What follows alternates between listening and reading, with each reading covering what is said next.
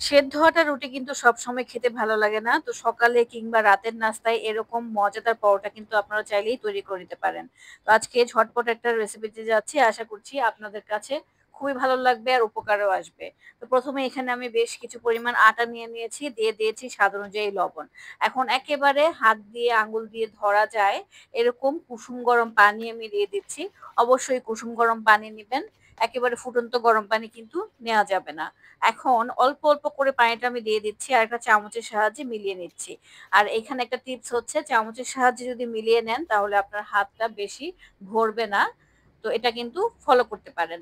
যাই হোক অল্প, অল্প পানি দিয়ে আমি এটা মিলিয়ে নিচ্ছি। বেশি পানি দিতে যাইয়েন না তাহলে কিন্তু বেশি পাতলা হয়ে যাবে বা বেশি নরম হয়ে যাবে। তো এখন এটা খুব ভালোভাবে আমি মথে নিচ্ছি। তো একটু সময় নিয়ে এটা আমি মথে নিয়েছি। দেখতেই পাচ্ছেন। এখন এটা আমি ০.৫ ঘন্টার জন্য একটা সাইডে রেস্টে রেখে দিচ্ছি। ফিরে এলাম ০.৫ ঘন্টা পর। এখন কিন্তু অনেকটা সফট হয়ে গেছে। এই সময়টা অবশ্যই দিবেন আপনারা। এখন আমি লেচি কেটে নিচ্ছি। তো টোটাল কয়েকটা রুটি হয়েছে, প্রায় ৬ টা রুটি হয়েছে। এখন আমি এক, এক করে রুটিটা বেলে নিব। তো ১ম এই একটু ডলে নিচ্ছি। তারপর শুকনো গুঁড়িতে এটা আমি ভরিয়ে নিচ্ছি। এখন একটা গোল রুটি বানিয়ে নিচ্ছি। তো এই গোল রুটিটা আপনারা যতটা সম্ভব যেন পাতলা হয় ওইভাবে বানিয়ে নেবেন। দেখতে পাচ্ছেন আমি আলতো হাতে রুটিটা বেলে নিচ্ছি। বেলা হয়ে গেছে। এখন উপরে দিয়ে দিচ্ছি সামান্য পরিমাণ সয়াবিন তেল। তো এই তেলটা এখন রুটির গায়ে পুরোপুরি হাত দিয়ে ছড়িয়ে লাগিয়ে দিচ্ছি। আপনারা চাইলে এখানে ঘিও ব্যবহার করতে পারেন। এখন এটা ভাঁজ দিয়ে দিচ্ছি। তো এটা চারকোনা ভাঁজ বলে। তো এইভাবে আমি ৪ ভাঁজে এক, এক করে সবগুলো লেচিকে রুটি বানিয়ে নিচ্ছি।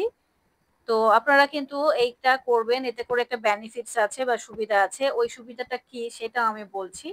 তো আরো একটি রুটি বানানো হয়ে গেছে। আর একইভাবে উপর থেকে আবারও দিয়ে দিচ্ছি সামান্য পরিমাণ সয়াবিন তেল। তারপর আবারও এটা একটা ভাঁজ দিয়ে দিয়েছি। তো এভাবে করে সবগুলো আমি ভাঁজ দিয়ে দিয়েছি দেখতেই পাচ্ছেন। তো এভাবে রাখার পর আপনারা চাইলে এটা নরমালি ফ্রিজে রেখে ২ দিন রেখে খেতে পারবেন। আর জাস্ট বানানোর আগে এভাবে ডলে তারপর বানিয়ে নেবেন। আর মুহূর্তের মধ্যেই কিন্তু এটা বানানো হয়ে যায়। আর এভাবে চারকোনা রুটি বানাতে কিন্তু খুবই ভালো লাগে যখন আমি একসাথে এভাবে রেখে দেই একটা সাইডে। খুব দ্রুত কিন্তু রুটিটা বানানো হয়ে যায়। তো এক, এক করে আমি সবগুলো রুটি বানিয়ে নিচ্ছি। আসলে আমি আজকে ৩ টা রুটি ছেঁকবো বা ভাজবো। বাকিগুলো আমি নরমাল ফ্রিজে একটা এয়ারটাইট বক্সে রেখে দিয়েছি। তো ১ম এ এপিঠ-ওপিঠ করে ভেজে নিয়েছি মিডিয়াম টু লো আঁচে। আর আমি রুটিটা ঘি দিয়ে ভাজবো। তো এরকম ২ পাশ হালকা কালার চলে আসার পর আপনি ঘি অথবা তেলটা দেবেন। তাহলে অনেক সুন্দর মচমচে হয় আর খেতেও কিন্তু খুব ভালো লাগে। তো সবসময় চেষ্টা করবেন তেল হোক অথবা ঘি হোক পরিমাণে অল্প খেতে। তাহলে কিন্তু শরীরের জন্য খুবই উপকার। আর হ্যাঁ, যেটা বলছিলাম এই রুটিগুলো অনেক সময় ধরে কিন্তু নরম থাকবে। আপনারা আমি যেই মেথডে রুটিটা বানিয়েছি ওই মেথডে যদি তৈরি করেন তাহলে ইনশাআল্লাহ অনেক সময় ধরে এইরকম নরম থাকবে। তো আজকে রুটিটা আমি সার্ভ করেছি একটা ডাল ভাজি দিয়ে। তো বুটের ডাল আর সবজি দিয়ে ঝটপট আমি প্রেশার কুকারে এই সবজিটা রান্না করে নিয়েছি। এই সবজিটা খেতে এতটা মজা লাগে একেবারে হোটেলের সেই সবজির মতোই কিন্তু হয়েছে। তো সময় কম থাকলে আপনারা কিন্তু এভাবে প্রেশার কুকারে সবজিটা রান্না করতে পারেন।